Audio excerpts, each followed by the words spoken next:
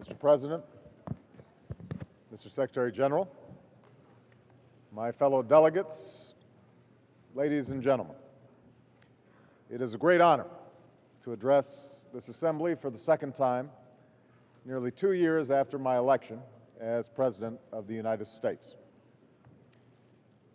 We know this is no ordinary time for our people.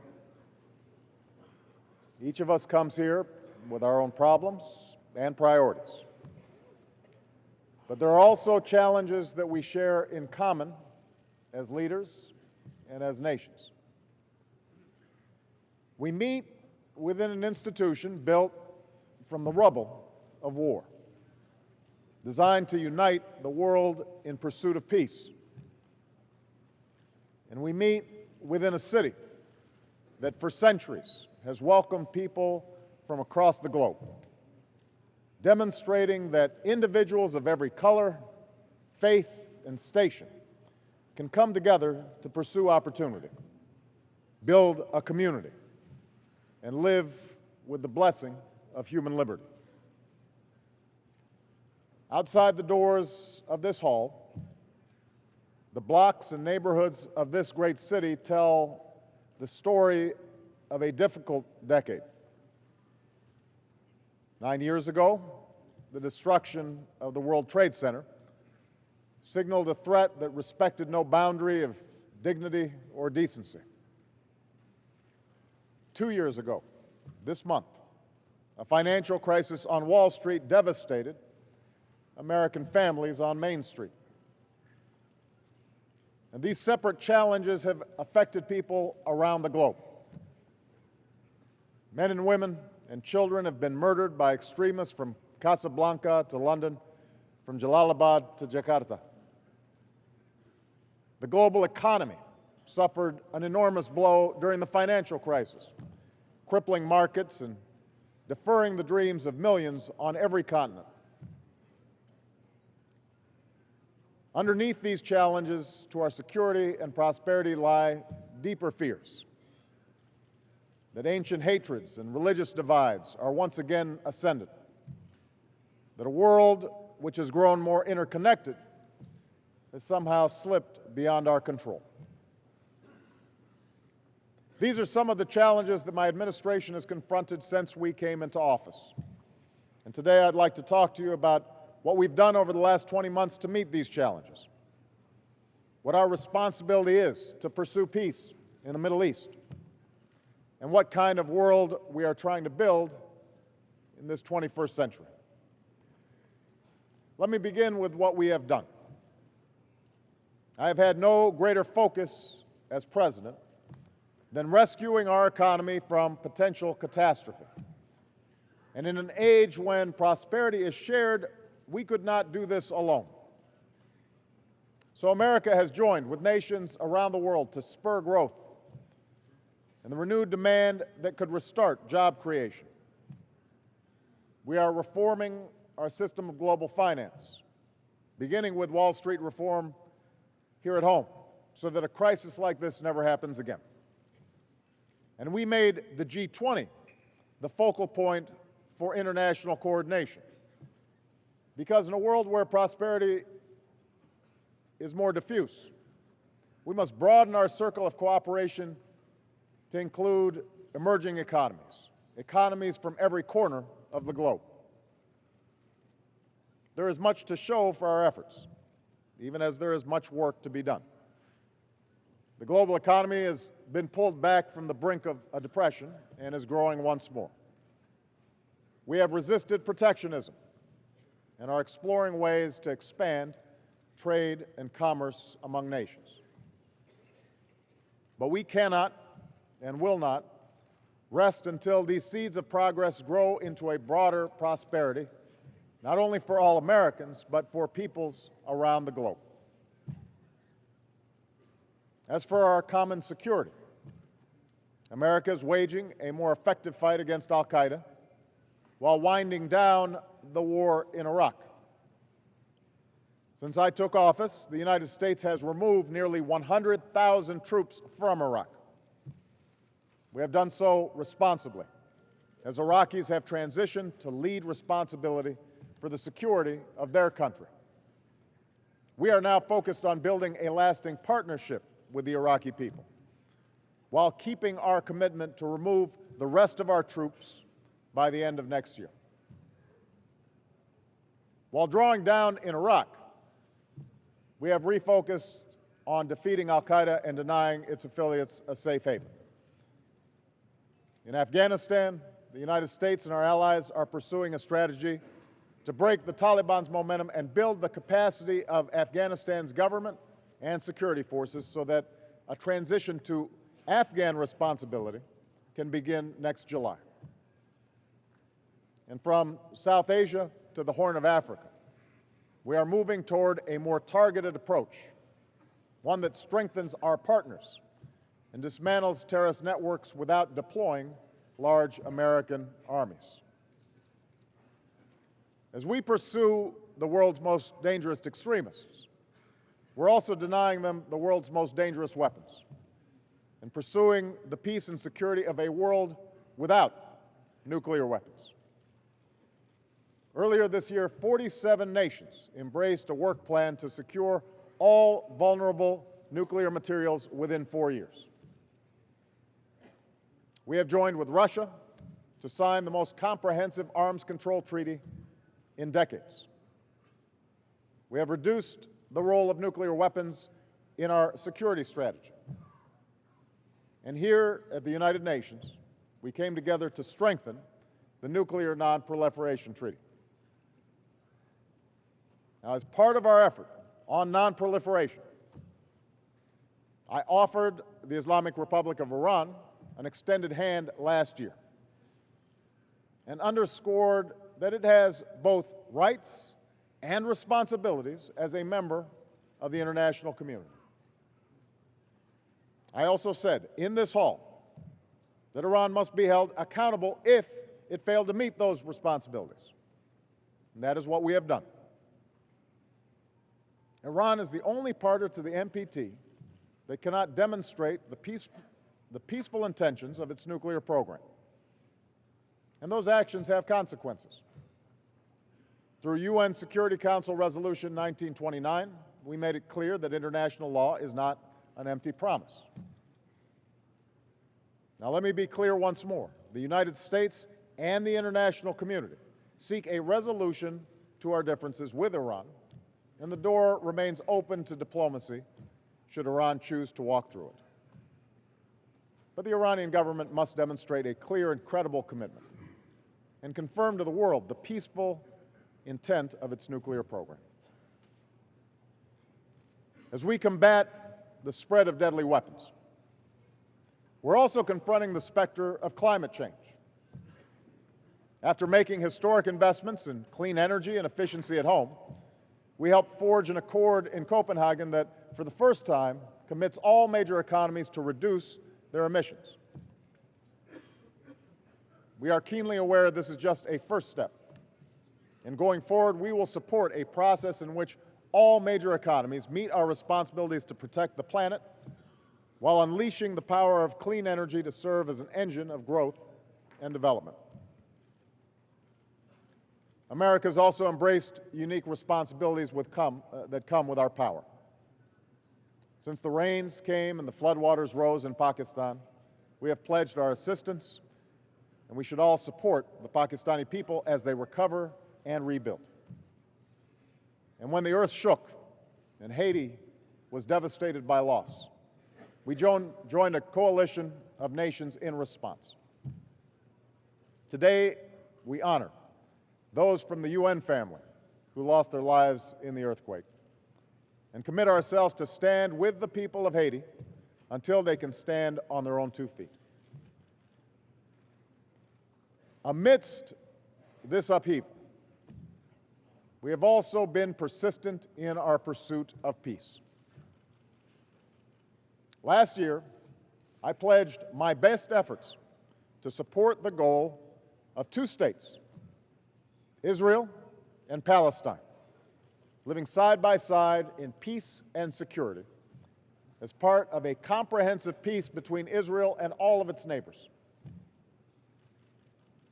We have traveled a winding road over the last 12 months with few peaks and many valleys.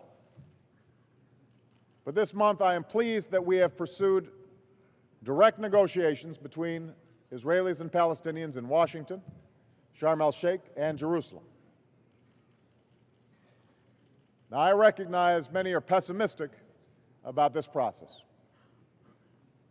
The cynics say that Israelis and Palestinians are too distrustful of each other and too divided internally to forge lasting peace.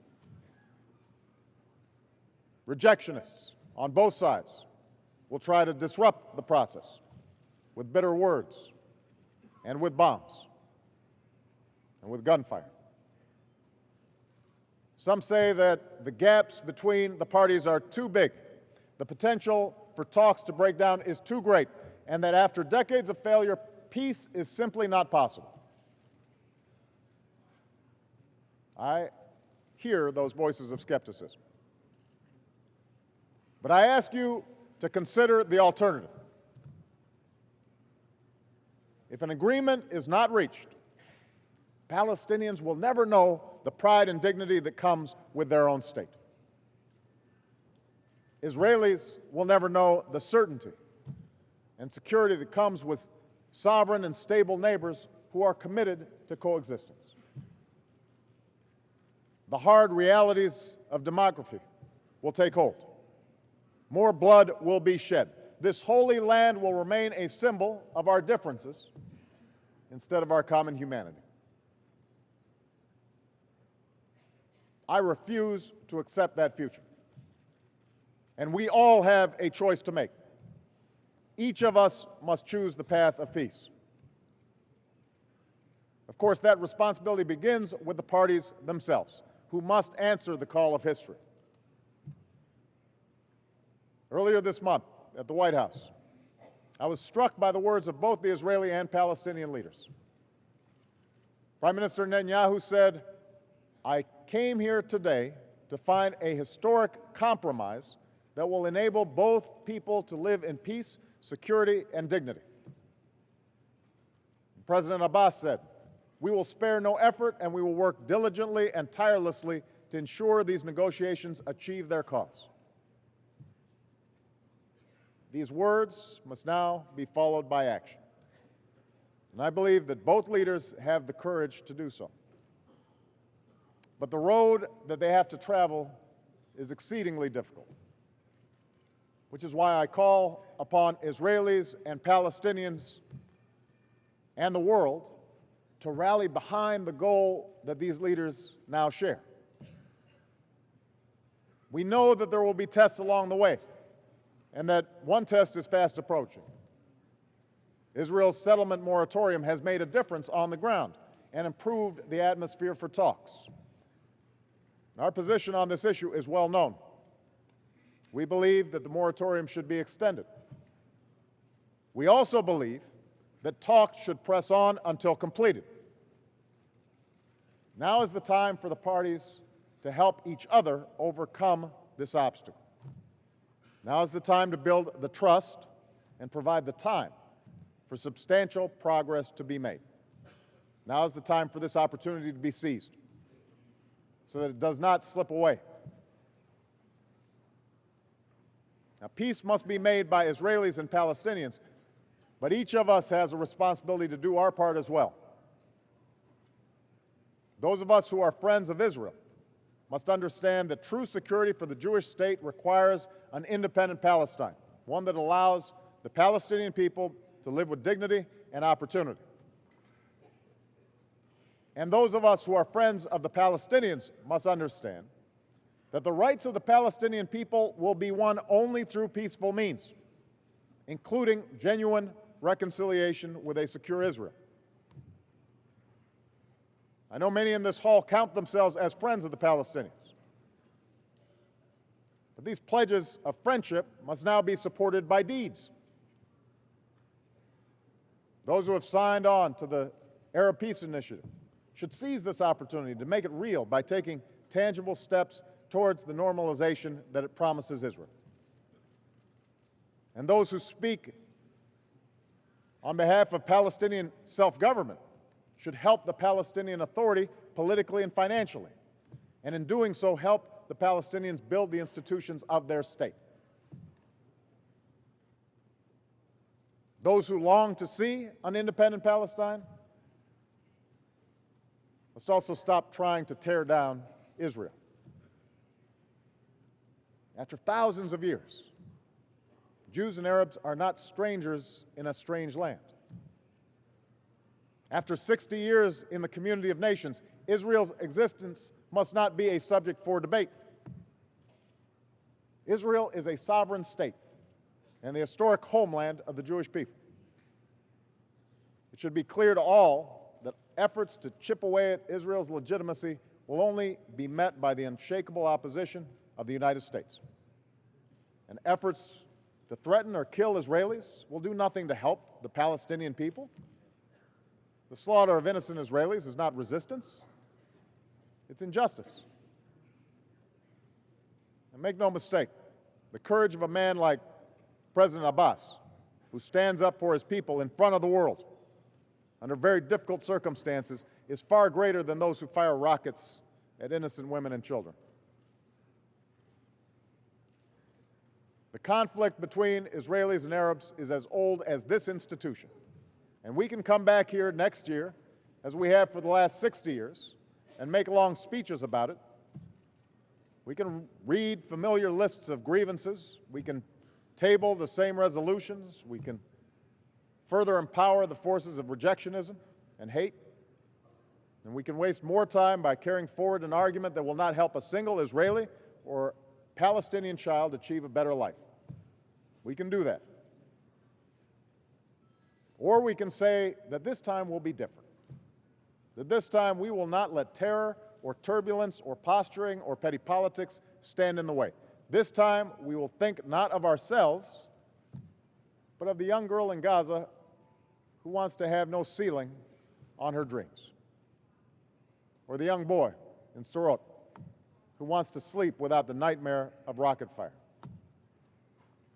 This time we should draw upon the teachings of tolerance that lie at the heart of three great religions that see Jerusalem's soil as sacred. This time we should reach for what's best within ourselves. If we do, when we come back here next year, we can have an agreement that will lead to a new member of the United Nations, an independent, sovereign state of Palestine living in peace with Israel.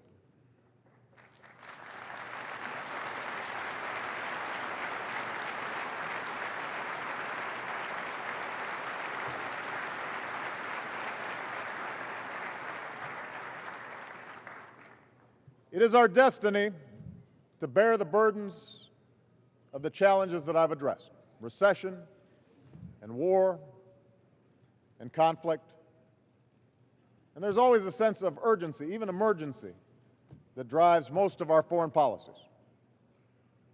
Indeed, after millennia marked by wars, this very institution reflects the desire of human beings to create a forum to deal with emergencies that will inevitably come. But even as we confront immediate challenges, we must also summon the foresight to look beyond them and consider, what are we trying to build over the long term? What is the world that awaits us when today's battles are brought to an end? And that is what I would like to talk about with the remainder of my time today. One of the first actions of this General Assembly was to adopt a Universal Declaration of Human Rights in 1948.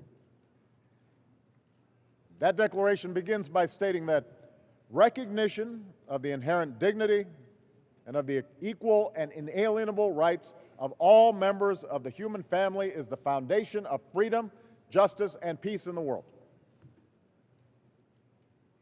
The idea is a simple one, that freedom, justice, and peace for the world must begin with freedom, justice, and peace in the lives of individual human beings.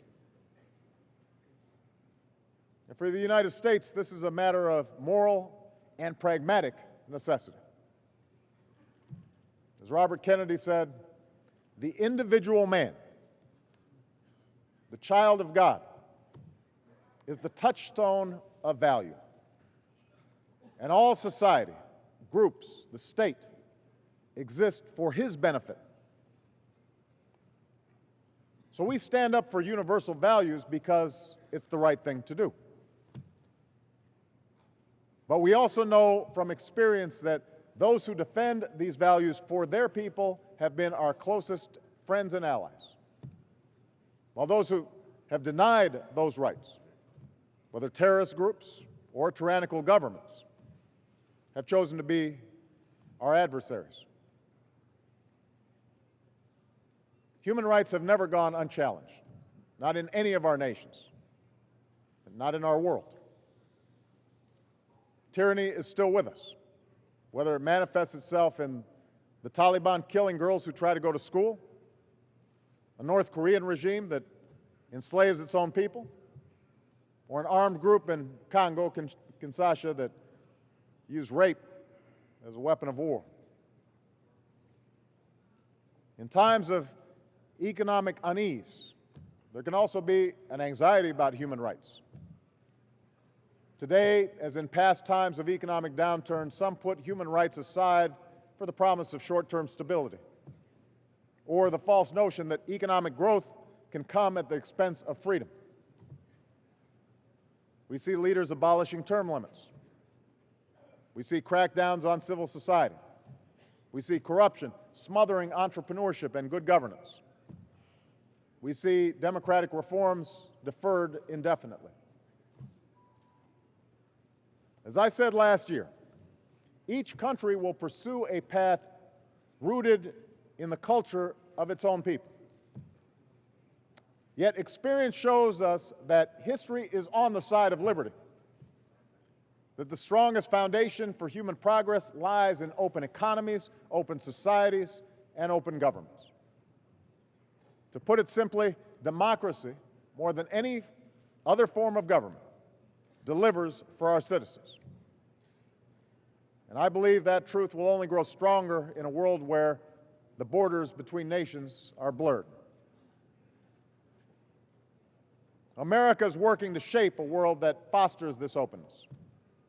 For the rot of a closed or corrupt economy must never eclipse the energy and innovation of human beings. All of us want the right to educate our children, to make a decent wage, to care for the sick, and to be carried as far as our dreams and our deeds will take us. But that depends upon economies that tap the power of our people, including the potential of women and girls. That means letting entrepreneurs start a business without paying a bribe, and governments that support opportunity instead of stealing from their people. And that means rewarding hard work instead of reckless risk-taking. Yesterday, I put forward a new development policy that will pursue these goals, recognizing that dignity is a human right and global development is in our common interest. America will partner with nations that offer their people a path out of poverty. And together we must unleash growth that powers by individuals and emerging markets in all parts of the globe. There is no reason why Africa should not be an exporter of agriculture, which is why our food security initiative is empowering farmers. There's no reason why entrepreneurs shouldn't be able to build new markets in every society, which is why I hosted a summit on entrepreneurship earlier this spring. Because the obligation of government is to empower individuals, not to impede them. The same holds true for civil society. The arc of human progress has been shaped by individuals with the freedom to assemble, and by organizations outside of government that insisted upon democratic change, and by free media that held the powerful accountable. We have seen that from the South Africans who stood up to apartheid, to the Poles of solidarity, to the mothers of the disappeared who spoke out against the dirty war, to Americans who marched for the rights of all races, including my own. Civil society is the conscience of our communities, and America will always extend our engagement abroad with citizens beyond the halls of government. And we will call out those who suppress ideas and serve as a voice for those who are voiceless. We will promote new tools of communication so people are empowered to connect with one another, and in repressive societies, to do so with security. We will support a free and open internet so individuals have the information to make up their own minds.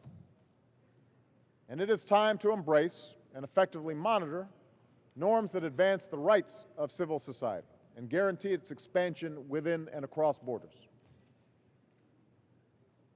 Open society supports open government, but it cannot substitute for it. There's no right more fundamental than the ability to choose your leaders and determine your destiny. Now, make no mistake, the ultimate success of democracy in the world won't come because the United States dictates it. It will come because individual citizens demand a say in how they are governed. There is no soil where this notion cannot take root, just as every democracy reflects the uniqueness of a nation. Later this fall, I will travel to Asia, and I will visit India, which peacefully threw off colonialism and established a thriving democracy of over 1 billion people. I'll continue to Indonesia, the world's largest Muslim-majority country, which binds together thousands of islands through the glue of representative government and civil society. I'll join the G20 meeting on the Korean Peninsula, which provides the world's clearest contrast between a society that is dynamic and open and free and one that is imprisoned and closed. And I will conclude my trip in Japan, an ancient culture that found peace and extraordinary development through democracy. Each of these countries gives life to democratic principles in their own way. And even as some governments roll back reform, we also celebrate the courage of a president in Colombia who willingly stepped aside, or the promise of a new constitution in Kenya. The common thread of progress is the principle that government is accountable to its citizens. And the diversity in this room makes clear. No one country has all the answers, but all of us must answer to our own people. In all parts of the world, we see the promise of innovation to make government more open and accountable. And now we must build on that progress. And when we gather back here next year, we should bring specific commitments to promote transparency, to fight corruption, to energize civic engagement, to leverage new technologies so that we strengthen the foundations of freedom in our own countries while living up to the ideals that can light the world. This institution can still play an indispensable role in the advance of human rights. It's time to welcome the efforts of UN Women to protect the rights of women around the globe.